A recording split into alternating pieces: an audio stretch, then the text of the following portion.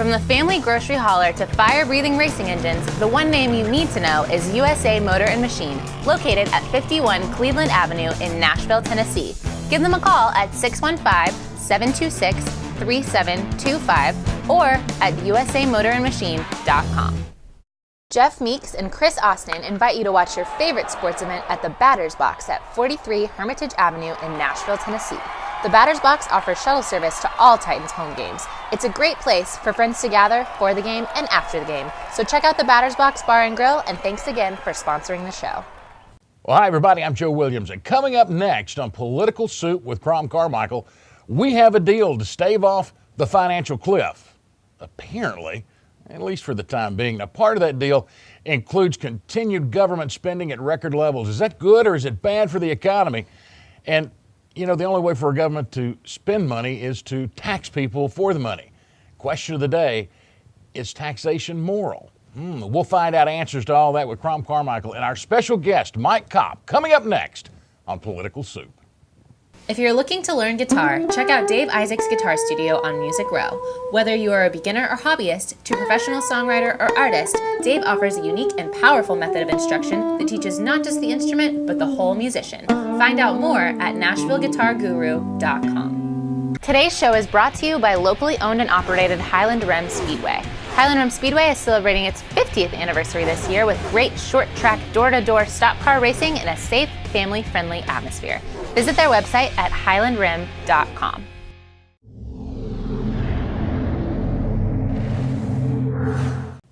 Well, welcome everybody to Political Soup. I'm Joe Williams, along with our expert, Crom Carmichael.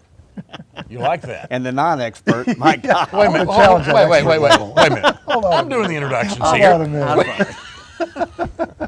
Crom Carmichael is with us as he is every week. And our special guest this week, please help us welcome Mike Kopp, who is, let's see, I'm trying to remember my list. Former press secretary for then Congressman, later Senator Al Gore Jr., former journalist. Yes.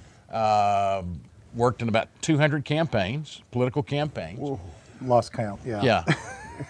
Years of therapy after that. I understand. Right. So $10 million worth of luxury suites, $60 million worth of PSLs to LP Field. By the way, most of those people want their money back after this year. Yeah, don't give out my number. And is currently the senior vice president for MMA Creative. Mike, welcome in. Obviously, your background around here has been varied and obviously successful. Understand a lot of your work. I won't say most, but a lot of your work now is in what I saw was called a grassroots level. It's a lot of corporate advocacy. How's that for a funny term? Because when I saw grassroots, I started thinking community organizer and wondered when you were going to run for president. No, there's no money in that. Corporate advocacy is a new word for lobbying. Yes, that's kind of what I was expecting. All right, gentlemen. It's kind of like liberals became unpopular, so they became progressive. Progressive, yes. Right. Yeah. That's right. All right, here's the ground rules. I don't know what conservatives are. Yes. Non-existent. Here are the simple. No. Here are the very simple ground rules that we're going to live by today. Okay. All right. No spitting, no biting, no hair pulling. Outside of that, I'm sitting in the middle. We're going to. No. I want to renegotiate my contract. I understand. Yeah. Actually, the hair pulling doesn't apply. I got him on that. That's on you. That's the main one. No, the whole concept of our show is very simply to discuss the issues of the day with folks who have varied opinions, at least expected. Sketchy backgrounds and opinions. I wasn't going to go that far, but we'll use your words for the time being. Yeah. All right, gentlemen, the good news, the financial cliff has been avoided, and I say that as a question. You want me to go first? Please. Yeah, I first of all, I don't think we bridged it, and I don't think we avoided it. I think we went ahead and stepped over it. From my standpoint, I think we don't know where the bottom is, so we don't know how far this thing's going to go. The most responsible person that I've seen, an elected official, talk about this in the last few days is our Congressman Jim Cooper here in Nashville. Jim voted against the package, and for good reason. I think he pointed out very smartly that what it does not do is deal with the spending issues, which is what Republicans have been saying and what a number of Democrats have been saying since day one. So I think we've just maybe stepped off the cliff. We haven't hit the bottom yet, so we don't know what it feels like, but I think we're free falling until we deal with spending. Say, Mike sounds like he thinks we're free falling. Crom. Well, I don't know about free falling, but I'd say we're slow falling, because this was a political success for President Obama, and it was an economic failure. Now, I find it, to be very honest, Congressman Cooper's position on it amusing, because Congressman Cooper votes for massive spending increases all the way along and then complains about the spending and saying there's no spending restraint. I don't know that Congressman Cooper has ever offered a bill to rein in Social Security or Medicare.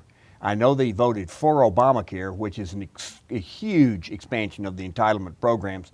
So for Congressman Cooper to vote against it, I just find to be just flat out funny. But having said that, that's not really the main point of this. What you have is, in 60 more days, you've got another cliff with the debt, with the so-called debt crisis.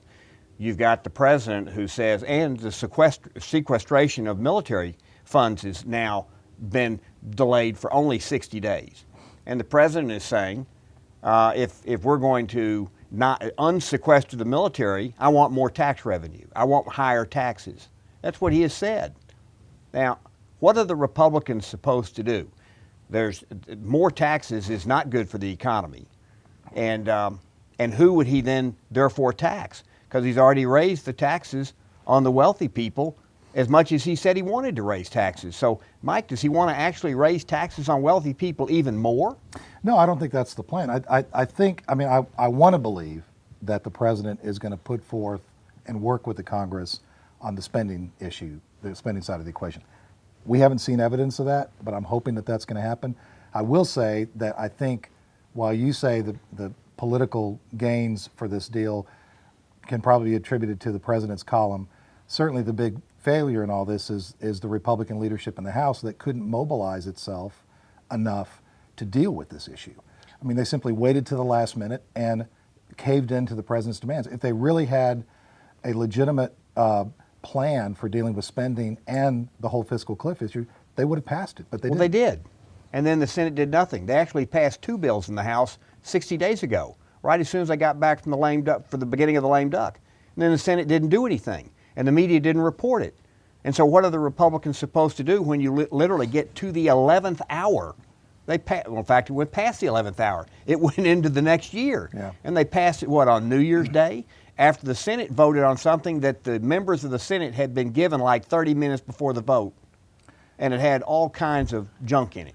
Where's the courage of conviction? If the Republican leaders in the House believed in what their convictions were about spending, reining in spending cuts, they would have held their ground. And done what? Gone over the cliff? We've gone over the cliff. No, we haven't. Yes, we have. No, we haven't dealt with spending. We've gone over the cliff. I will agree that we haven't dealt with spending. Republicans wanted to deal with spending, and Obama and the Democrats said, we're not even going to discuss spending. We're not even going to talk about it. The president and Democrats and Senate leaders on the Republican side as well. Yes. Well, okay. Then the House acted responsibly then. No, they didn't. In calling, they voted on the bill. No, they voted twice. They voted twice to cut spending. And then they supported Did the deal. Democrat Senate, were they irresponsible for not even voting on the 2 House bills? I think there's plenty of blame to go around, but I go back to my point that when the 11th hour came, the so-called Republican leadership what was it supposed didn't to lead. What was it supposed to do? Hold their ground. So Why not? And then have middle-class tax increases go up. Wait a second, I'm curious. Are you in favor of middle-class tax increases I'm going up? not in favor of them, but I'm saying if the Republicans are going to sit here now, if the House leadership is now going to sit here and cry about whether or not this deal was the best thing for the country, why did they support it? That's my question. Because they had to. Should they have sat there then and let's go back to the last debt ceiling when everything was close to being shut down? Should they have then, under the courage of their conviction, said, okay, tell you what, we're just going to shut everything down and we're going to sit here? First of all, it's easy for all of us, including myself, to sit here and armchair quarterback this because we're not there with our reputations on the line in Congress. But what I think is missing in both the Democrat leadership and in the Senate leadership and in the Republican leadership in Congress is a courage of their conviction. We see this constant caving in on supposedly these really strong positions that we have, either for or against taxes, for or against spending. And we continue to do that in the spirit of trying to move the ball forward. I get that. But then these same politicians who do that turn right around and decry the very thing that they voted for. And that's where I think they're kind of missing the mark. Well, my question for you then, based on what he just said, I'll go back to a question of tea parties. The folks who were there from the Tea Partiers who have done exactly what you're talking about. They've held their conviction, and yet they are denigrated by almost everybody right now. Well, divided government is very difficult to work with. If the press really cared about spending cuts, then Republicans could, if they chose to, and I'm going to say if they chose to, they could have stood with their convictions. But the press was clearly, for the last 6 weeks, blaming Republicans on not negotiating, on not compromising, on being strident, on being this. But never were the Democrats accused of being strident or non-negotiating. And just as I asked my good friend Chip Forrester a week ago, name $1 of spending cuts that Obama said he would accept, and Chip couldn't come up with a dollar. So let me make sure I understand. So you're saying that it's the media's fault that Republicans or Democrats in Congress who are supposed to be leading and standing by their conviction Absolutely. simply cave in. Absolutely. It's the media's fault. Absolutely. It's not, they have no responsibility because the media It's didn't cover it what the properly. media imparts to the people about what's going on in Washington. If the media actually cared about spending cuts and ran story after story after story and named people like Jim Cooper for being a hypocrite for voting for all of these spending increases and then turning around with a meaningless vote on this cliff, if they did that, perhaps Cooper himself might not vote for all the spending increases, because when the bill comes up to increase spending, Cooper's there to vote for it. Then when he had this meaningless thing, he says, well, there's not any spending cuts, therefore I'm going to vote against it. Well, that's just absolutely preposterous. But the media doesn't report the facts. Is that, as a former journalist, is that fair? I mean, when, From my standpoint, I pay very little attention to what the media says or doesn't say about these issues. I try to look at what the members of Congress are saying or doing. And I realize that, in this world, it's all sort of entwined. And I understand that the media does have a huge influence on whether or not these cats get reelected. My point is that whether you're a Democrat or Republican, if you want to support a certain member of Congress, it seems to me one of the criteria ought to be that they're willing to stand with the courage of their conviction and not worry whether or not the media paints them one way or the other. That's my point. Well, And basically you're saying they shouldn't worry about that. They should just, it's the media's fault. Unless we rein in the media. Mike, then, you've been involved in politics a long time. Republicans aren't going to just willy-nilly give up the majority in the House for no good reason. And there is no good reason. well, what's the point of having a majority in the House if you're just going to cave in on these bills? To keep even worse things than happening. Nancy What's Pelosi. worse than passing what we? If what we are you saying what we passed was a good thing? No. Well, I'm then saying what's- it could have been worse. It could have been a lot worse. And if Nancy Pelosi becomes Speaker of the House again, it will get a lot worse. Absolutely. There's a lot worse things that could happen because at least Republicans can keep bad legislation from passing the Congress as long as they control the House. all right, Crom gets the last word on our first segment. Trust me, I think there'll be a lot of words in the next two. Tell you what, stay with us. We'll be back on Political Soup.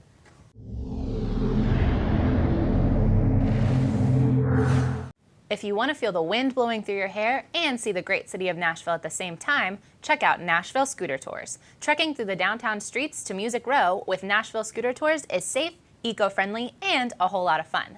They use Xenon electric scooters that go 55 miles on a single charge. Find out more by calling 615-290-5563 or book your reservation today at NashvilleScooterTours.com. And welcome back, everybody, to Political Soup. Our special guest today, Mike Kopp, who is on my left, and our resident expert, Crom Carmichael, on our right. Mike is not our resident expert, but he's an expert. He's been Yes, qualified. Oh, have I? Yes, Okay. I've Passed the qualified, test. at least for the moment. Can I keep the crayon? I don't know about the crayon, but the marble table could be yours if the price is right. It's too heavy for me to take out of here. Gentlemen, we've talked about missing the fiscal cliff. Now, one of the components of this compromise, as we were talking about at the end of the last segment, was basically record government spending. All right, is this good or bad for the economy? You know, apparently the market loved the compromise because it exploded through the roof yesterday or the day before, but right after the signing, everything went up. Is that good for the economy? Well, if you're asking the question if the stock market's going up is good, that the answer to that is yes. That was more reflective of relief, I think, than prediction. I think that the market was nervous that we were going to go completely over the cliff, and so this was just merely an expression of relief. But what's interesting to me is on the question of is spending good, are high taxes good, are deficits good, the simplest way to examine this is to look at the states. And by the way, Tennessee is a very responsibly governed state, whether it's Democrats or Republicans. But the reason that the state is responsibly governed is not because our politicians are such wonderful people, it's because we don't have an income tax. And so it's very hard for politicians in Tennessee to say, vote for me and I'll tax those guys standing over there and give it to you. But in the states that do have high income taxes, their economies are in shambles. Look at California. Look at Illinois. And in fact, the data clearly shows that if you take the 10 states that spend the least, their economies are growing faster than the 10 that spend the most. The incomes are going up and population is moving from the high tax, high spending states to the low tax, low spending states. And so if we use our own country to look at what policies are most attractive to people, especially people who want to work and build businesses, the low tax, low spending is the way to go. Well, I would agree with Crom on a couple of points, and then I think he's missing a couple of points. As with regard to the state income tax, one of the things that I did in my past is I spent a couple of years doing economic development for the state at a time when we were trying to come out of some pretty bleak, the whole 9/11 situation where people were worried about investments and companies were worried about where their future was. And certainly one of the drawing points that Tennessee had was not having a state income tax from an economic development standpoint. Completely agree with that. I do think the other thing that Tennessee has that keeps us in decent fiscal shape is that we don't allow the legislature to pass a budget that's not balanced. And I think that's critical. And I think, to Crom's point, if you take that to the national level, the fact that we do have a very, I wouldn't even say it's antiquated because they've reformed it so many times, but it's still a very complex and confusing tax code that I believe should be simplified. And secondly, I think we have a situation where we have a Congress that continues to just pass budgets without any sort of balancing responsibility for that. And one of the things I think is important is that I think I understand to your early point when you talked about whether or not it's important to have government spending. Coming out of the recession that we saw in the latter part of the Bush years, the George W. Bush years, it was important, I think, for the government to help stimulate the economy with some of the programs that they launched, whether it's bailing out the banking industry or helping the automotive industry and that sort of thing. I do think what's missing, and there are some responsible Republicans and Democrats have been talking about this, is bringing that all back into check. We haven't checked it. We've continued to spend at a rate that we cannot afford to do. So, did I just hear Mr. Kopp call for a constitutional amendment for a balanced budget on the federal level? I don't know that we have to do it constitutionally. I mean, I think I'd like to see us try to do it in a way that doesn't mean that we have to touch the Constitution. I mean, frankly, if you go back to the Bill Clinton years, I mean, we had a surplus. We've been able to demonstrate on the federal level that we can govern and run programs with either a balanced budget or a surplus. So I don't know that we have to go back to look at doing a constitutional amendment. Those things are very complicated, and I think once you open up the Constitution, you open up for a lot of other reasons too. But I do think that what we don't have on the federal level is that kind of responsibility right now. We've had it in the past, and it's worked. Then my question to you: the state of Tennessee has, as part of their constitution, I believe, a requirement for the balanced budget. Is that correct? Yes, and I don't know that it's every year, but Mike's point's a good one. In Tennessee, you have this rainy day fund. Correct. And so sometimes you can run a deficit for maybe a year, maybe two, but then you have to quit doing that, and then you replenish the rainy day fund. Exactly. And so from a constitutional standpoint at the national level, in the absence of that, you're going to continue to have the mess that we have. However, the question that I have for anybody is, government is way too big for me right now. It sounds like for Mike it may be too big for him too, but maybe not as too big for him as it is for me. So let's just say somebody says government is exactly the size I want it right now. The question is, what keeps it from getting bigger? Because it has always gotten bigger. It's human nature, and it's the nature of government to expand. So how do you institutionalize restraining the growth of government? Well, I think, again, I would go back to whether you liked him on a lot of issues or not. If you go back to the Clinton-Gore years when they governed, there's two things that happened when they were running the show out of the White House. One, they streamlined government. They cut back the number of employees. They cut back the size of programs. They consolidated a lot of duplicate services. And the result of which was, along with some tax increases that were supported by Republicans in the Congress, in addition to that, they were also able to, by reining in spending, they were able to create a situation where we had a surplus government. And I don't see why we can't return to that. I think the issue that we have right now is that we don't have either leaders in Congress or, frankly, a lot of leadership, I would say, from the president right now, and looking at trying to streamline government. I mean, I think we need to be doing that, and I think that needs to be a priority. Well, I think it's important when you go back to the Clinton years, also recognize that Newt Gingrich was Speaker of the House. Newt Gingrich had to pass the capital gains tax cut 3 times before the president would sign it, reducing tax rates from 28% to 20%. And the reason that we did balance our budgets was a huge increase in revenue from the capital gains tax cut. Not an increase in tax rates, a tax cut generated a lot more revenue because there was a lot more business activity. That's number one. There was something else that was very interesting about the Clinton years, and this isn't partisan. The baby dearth generation was retiring throughout much of the Clinton years, and especially at the end. And the baby dearth generation are the people who were born from 1932, the beginning of the Depression, to 1945, the end of the Second World War. In that 13-year period, the relative number of people born before that period or after that period was small. Therefore, if you add 65 to 1932, you get 1997. For the next 13 years, the number of people retiring was relatively small, 6,500 a day. Literally, in the middle of 2010, add 65 to 1945, you get 2010. In a 60-day period, the number of people retiring jumped from 6,500 a day to 10,000 a day. And that was the beginning of the baby boomers. The baby boomers will retire for the next 15 years.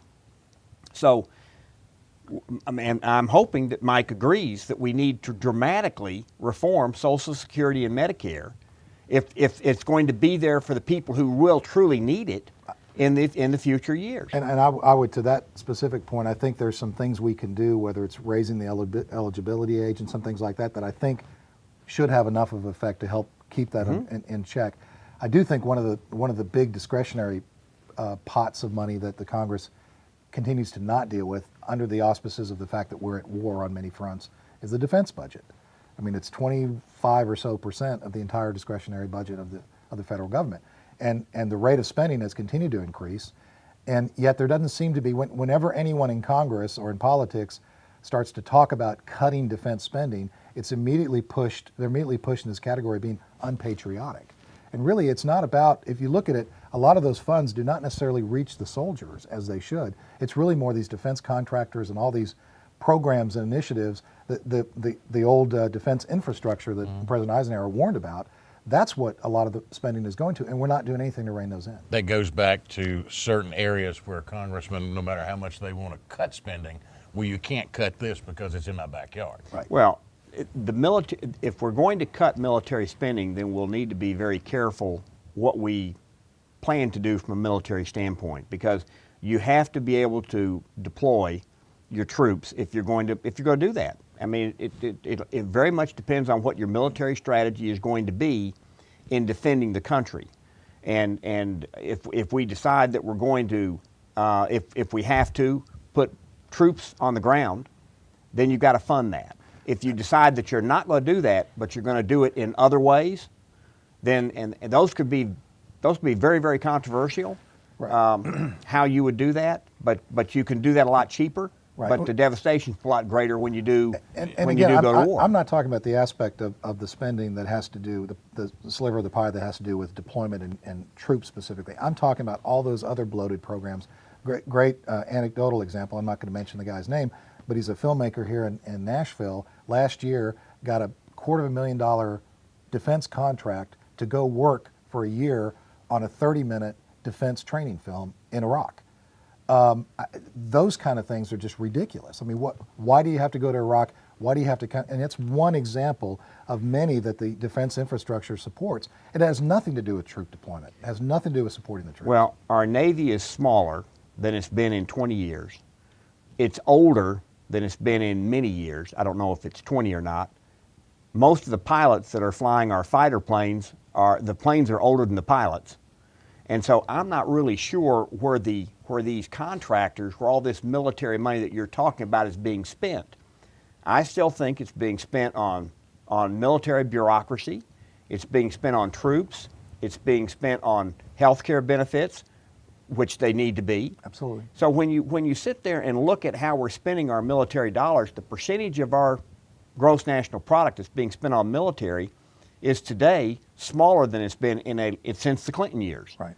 And in the Clinton years, it dropped considerably. Then it had to go back up again if we were going to go into Afghanistan. You can argue about Iraq, but even President Obama says that we should have gone into Afghanistan. In fact, he increased spending in Afghanistan dramatically. Right.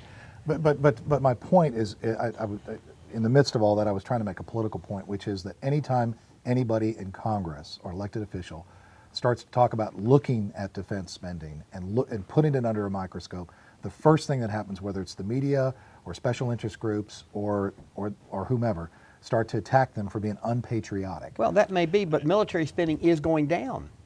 I mean, it is going down as a percentage of our GNP, as a percentage of government spending. It's going down. So, whoever's being attacked, I don't know who's attacking them. It sounds like you're talking about the old $400 hammers and $8,000 toilet seats and that kind of thing. Yeah, I mean, there was a time when we had those things. We seem to have those things under a microscope more than we do. My point is, anytime you hear anybody talk about looking at that, that's typically what happens. They get attacked for being unpatriotic. Mike Kopp gets the last word this segment. I can't wait for next segment because I'm going to get the last word. But we'll have to get through the third segment for that to happen. So stay with us. We'll be right back on Political Soup.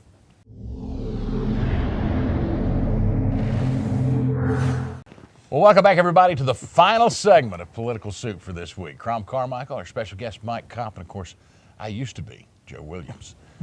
Gentlemen, I have kind of anticipated this last section. This last segment should be fun because, goodness knows, I have my thoughts on this, and you're going to have your thoughts too. Crom, you asked an interesting question the other day while we were preparing, and I thought it deserved its own segment, as you did too. And it's a very simple question. Are taxes moral? Well, the question for me with taxes is taxing people at different levels moral. Okay. In the so-called name of fairness. For example, is it fair that Usain Bolt is faster than his competitors? Is that fair? Well, he wins every race. Is that fair? That's no. life. So let's say it's not fair. Oh. How do you fix it? You put weight on him. Mm-hmm. Okay, we call that higher taxes. So you put weight on Usain Bolt until he's slowed down to the same speed as the second fastest. But then if they're the two fastest, that's not fair either. So we need to put additional weight on Usain Bolt and some weight on the second to bring him back to the third. Because you see, what's really fair is if all of them cross the finish line at exactly the same instant, that would be fair. You see, the way that liberals think about it in that we're going to end the race at the same place, not have everybody have the same opportunity at the beginning. But then what would happen is everybody would just run slower because there'd be no incentive to run faster. And so I would argue that under our current tax code, and when I say current, I mean the one that's now, 2 days old? You're going to see an economic slowdown because we are taxing people at such a high rate, especially in states like California. You know what the top marginal tax rate is for a self-employed person with unearned income in California, it's now 75%. 75% if you live in California and self-employed, if you have unearned income. Because what happens is you take the unearned income, and that's what brings you up to the base. And then Obama's tax increase kicks in at 39.8. The state kicks in at 13.3. But you also have to pay Social Security and Medicare taxes. And the Social Security and Medicare taxes come off the top of your earned income. And guess what? You then get to pay all those other ones again right back up at the start. And so if you're in California and you've got unearned income, why on earth would you make $100,000 and pay $75,000 of it to the feds and the state? And the question is, if you're going to tax somebody so much that they're unwilling to work to keep the God-given fruits of their own labor, is it moral to tax people at that level? So I'm neither a millionaire or a billionaire. So whenever we go down this road and start talking about what's fair to somebody making a considerable amount of more money than I do, I have to look to people that I know and respect who are in that field and see what they think about it. And Warren Buffett has talked about this a lot. And one of the statements that Warren Buffett has talked about when it comes to the exact question of whether or not taxation is moral. Two things he said. One is that if anyone is taking advantage of services that are provided to them by the government, they have a responsibility to give back. The second thing is, he has said repeatedly that someone in his position, now this doesn't always apply to everyone in every business industry, but in his position, he says he doesn't mind paying additional taxes because of his empire takes even greater advantage of all the services and the infrastructure that exist in this country. So from his standpoint, he doesn't mind paying a higher rate in taxes because that supports an infrastructure that supports his businesses, which continues. Warren Buffett is worth approximately $50 billion. Warren Buffett has paid no taxes on that $50 billion, none. So when Warren Buffett says he'd be happy to pay more taxes, that's just frankly dishonest. If he wants to pay more taxes, you know what I say to Warren? Write a check. Put your money where your mouth is, buddy. But he doesn't. Warren Buffett is a political opportunist. Who makes the most money by not having the pipeline? Warren Buffett, because he owns railroads. And why does he make money? Because then the oil has to be transported on the railroads, not in a pipeline. So Warren Buffett goes up to Barack Obama and says, you can use me. And by the way, liberals and progressives love Warren Buffett because he says, I'm rich and I should pay more. Now, not I'm rich and I am voluntarily paying more, I should pay more. Should. There's a difference. And so Warren Buffett gives Barack Obama cover and Jim Cooper cover to tax people who are thousandaires. It's not millionaires and billionaires, it's thousandaires. But it gets back to the moral question. And Warren Buffett talking about the morality of taxes when he doesn't pay any, I'm sorry, that just doesn't cut it. A story just came out too. I'm going to jump on your bandwagon here. Recently, the folks at Google, the inventors of Google, and all these folks poured hundreds of thousands of dollars into the Obama campaign. And yeah, we should pay more taxes. But they've just recently released from a subsidiary in the Netherlands that they got about $1 billion sitting in Bermuda. $1 billion? Is that all? Yeah, it may have been more than that. I bet it's a lot more. Yeah, it may have been 10, maybe what I heard about. No, it was $1 billion. But anyways, it's sitting in Bermuda, and gee golly, they don't have to pay any tax on that. Mike Kopp's former boss, Al Gore, sold his current network to Al Jazeera, which is supportive of Osama bin Laden and the Muslim Brotherhood, but he wanted it to close last year so that Al Gore could pay 15% in taxes instead of 23.8. So here's once again hypocrisy on parade. Does Brian Williams talk about it? No. George Stephanopoulos? No. None of the mainstream media. So Fox News is not mainstream? Did I say Brian Williams? Did I say George Stephanopoulos? Mm-hmm. Did I say Diane Sawyer? Yes. Have they talked about it? No. That's the old mainstream media. Fox News is a cable channel. I'm talking about the old mainstream media. Did they talk about it? No. And are you proud of that, by the way? I'm curious. Do you think he did the right thing by having it closed last year to avoid taxes? Well, let me go back and talk about back to the moral question. I mean, I think again there's a fundamental question that I haven't heard you address yet. Maybe you did and I missed it, but that is that if you are using resources that are part of the infrastructure that are supported in some way by the government, and you have a business that is growing that continues to use those resources at an even greater level, do you think you have a responsibility to pay taxes more than someone who is not using as much of that infrastructure and resources? I think that if somebody is making 10 times as much as another person, they should pay exactly 10 times as much in taxes, not 50 times as much in taxes. Okay. And so then are we So agreeing we're then in agreement that a flat rate that we tax? do- A flat rate tax? I think a flat rate tax would be great. Absolutely. I mean, Okay, I've preached this, and a lot of Democrats have preached that we ought to simplify the tax code. No, I Absolutely. didn't say simplify it. I said a flat rate tax. Simplify. That's The about fair as simple tax. as you can get. Absolutely. What Democrats in favor of a flat tax? This one right here. No. Which one? Who's elected? I don't Which know. elected Democrat? I don't know. That I don't know. that you talk to all the time. I don't talk to elected Which Democrats all the elected time, or Democrat or Republicans either. which candidate running as a Democrat running for office So we don't supported have a any flat candidates tax? running right now, so I don't know. Well, it's sure in Barack Obama. It's sure in Jim Cooper. And Steve Cohen would like to see taxes above 100%, And would be my guess. do we have the House Republican leaders pushing that? I mean, did Mitt No. Romney propose that when No. he ran? Okay. George Herman Cain did. Okay. He didn't had his even- he didn't even get the 999. support of his He party. did not. We're not talking about the partisan part of it. What Okay. we're talking about is the moral part. Okay. And I'm glad to know that you and I agree that if everybody paid exactly the same share of their income, that would be the most moral tax code. Well, I think there's the income, and I think there's also business taxes, which is the other point I was making.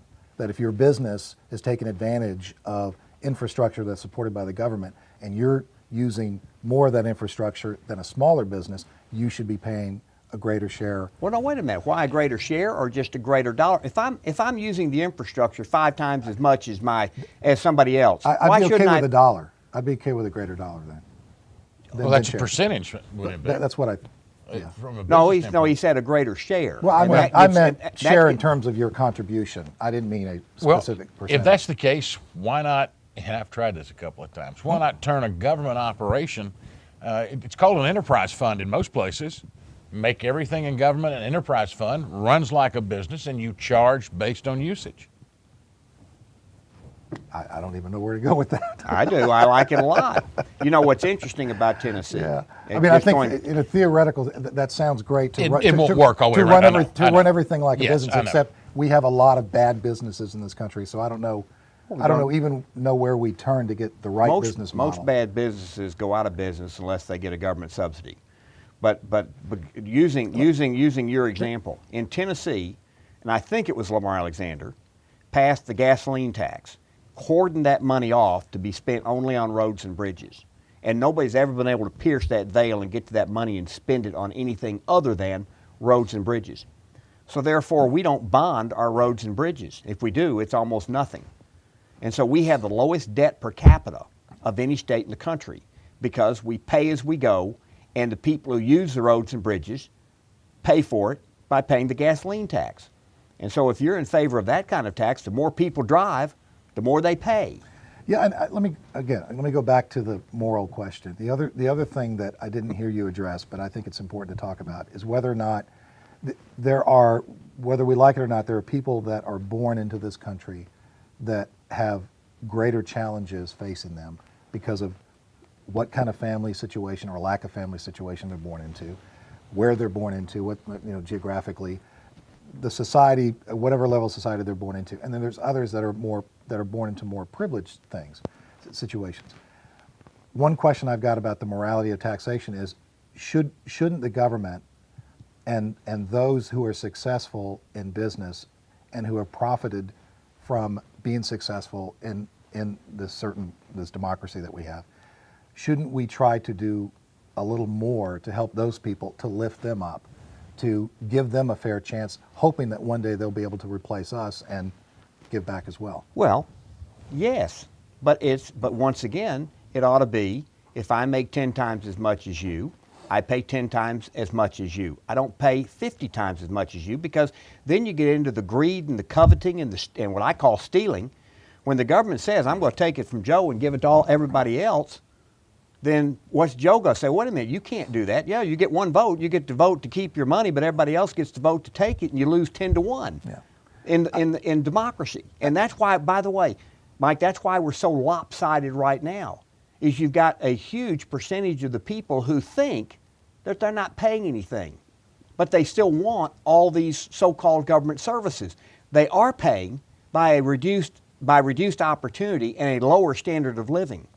Because when you have a system that is fundamentally immoral, and that's why I'm so concerned about the next few years, as we keep trying to watch what happens to California. That'll be the one to watch, because you now have, for people who have unearned income, you now have a 75% marginal tax rate on work. And what's going to happen is, you know where those people are going? They're going to come right here to Nashville, Tennessee, which is great. Right. Because they're hardworking people, and they'll be good for our community. And it's okay to have those businesses come here too. I agree with you. Yeah. I disagree with you. But it won't be good for California.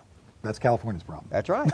You know, the hard part is I literally am sitting somewhere between you two guys right now. I mean, I understand what you're saying about the morality of helping those, giving a hand up. Right. What it's got to be, though, it's got to be a hand up, not a constant hand up forever. I completely agree with that. And again, going back to the best example I think is when Clinton reformed the welfare program and basically created a scenario where people had to go back to work after a certain time or lose those benefits. That's the way it should work. I completely agree. But that's all gone now. I mean, now There's no reason why we can't bring it back. Well, but I'm saying that he passed it. Took 3 times to get it to him. He passed it, and then it's been eroded. Here's what's interesting: a woman who has 2 children, if she is not working, her benefits, her government benefits, are worth $45,000 if you count Medicaid, housing supplements, food stamps, and aid to family with dependent children. $45,000. The first $9,000 that she earns doesn't really change that. The next $20,000 that she earns, she loses 67% of her benefits. The next $30,000, she loses $1 of benefit for every dollar she makes. Why on earth does she have any incentive to work and make more than $9,000? I think we are in agreement that we ought to bring back that Clinton model Okay, good. when it comes to welfare reform. There we go. Yeah. Look at this. I'm going to get the final word with 2 guys. Second week in a row. I must be magic. I keep bringing these 2 sides together, and they agree for the last time. Mike Kopp, we want to thank you for coming in today and being a part of it. It's been. I hope you'll come back. Absolutely. He will too. That's going to be the fun part. Mr. Carmichael, We had a good day today. That's good fun. day today. I Yeah. can't wait for next week. Yeah. You'll have something else to pull out of your We'll come hat. up- I know it's coming. Yeah, all you got to do is read the newspaper. It'll come up. See, it's so easy to produce this show. I want to thank you for joining us today. I'm Joe Williams for our special guest, Mike Kopp and Crom Carmichael. I will learn to talk before next week. We'll see you next time on Political Soup.